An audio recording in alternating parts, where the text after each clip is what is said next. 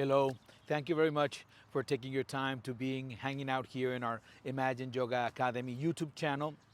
Please subscribe, please follow that we're going to be updating amazing content. This video is a video especially for those who are beginning their journey in Kundalini Yoga and they're interested a little bit in information about the chakras. No?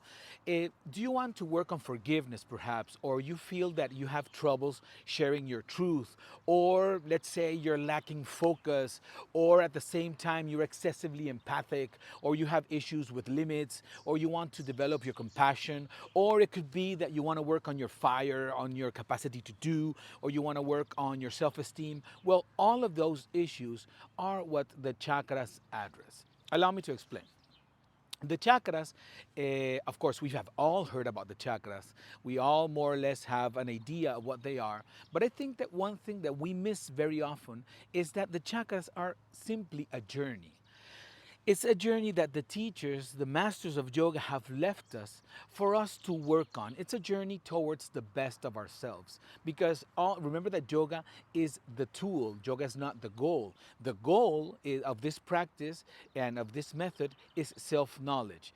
Basically, the more we know ourselves, the more we dare to be ourselves, the more closer we will be to live a life we love and enjoy.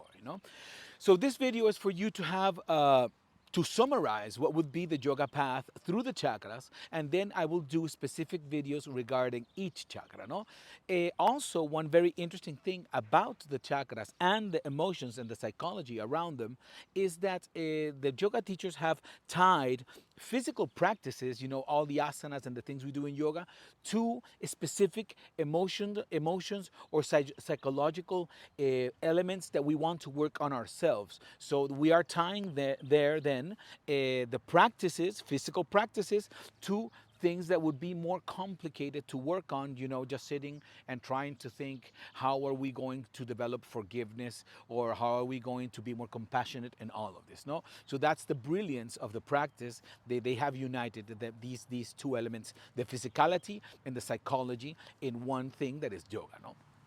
Now, the path of the yogas is a path, let's say a 7-step path, because we have seven chakras, no? We begin at Muladhara, which is the root chakra, which is basically what the teachers are telling us. It's that is the base, that is the root. We are standing on that in order for us to reach the best of us, no? In this case, it is related to feet, related to legs, also related to the lower digestive system. And the issues it addresses is how do we relate to our own history? How do we relate to our origins? How do we relate to our family? Also, it has to do with forgiveness.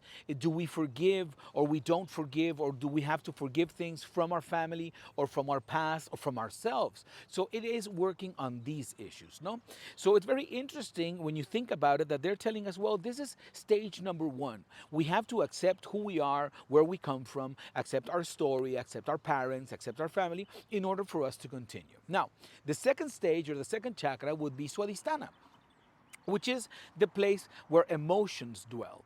The second chakra has all to do with the pelvis, has to do with the gonads, has to do with, well, all this area of the pelvis. No? And what we're working there mainly is our relationship to our emotions. Basically, is how much do we connect with our emotions. Obviously, it has to do with accepting what we feel. Has also to do with pleasure, and how do we relate and enjoy pleasure, desire, and of course, joy.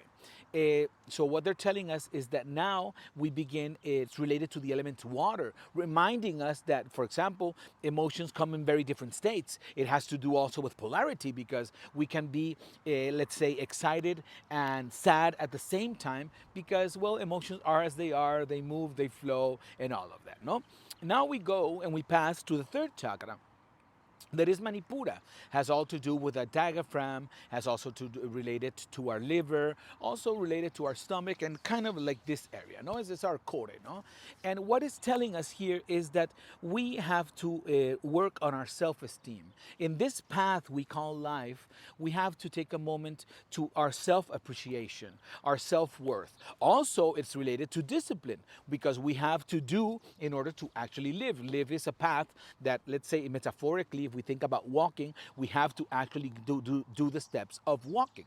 So Manipura is reminding us about our own power, our own fire. It's related to fire, and well, that we have to take things in our hands if considering that we are living or we are trying to live the best life possible.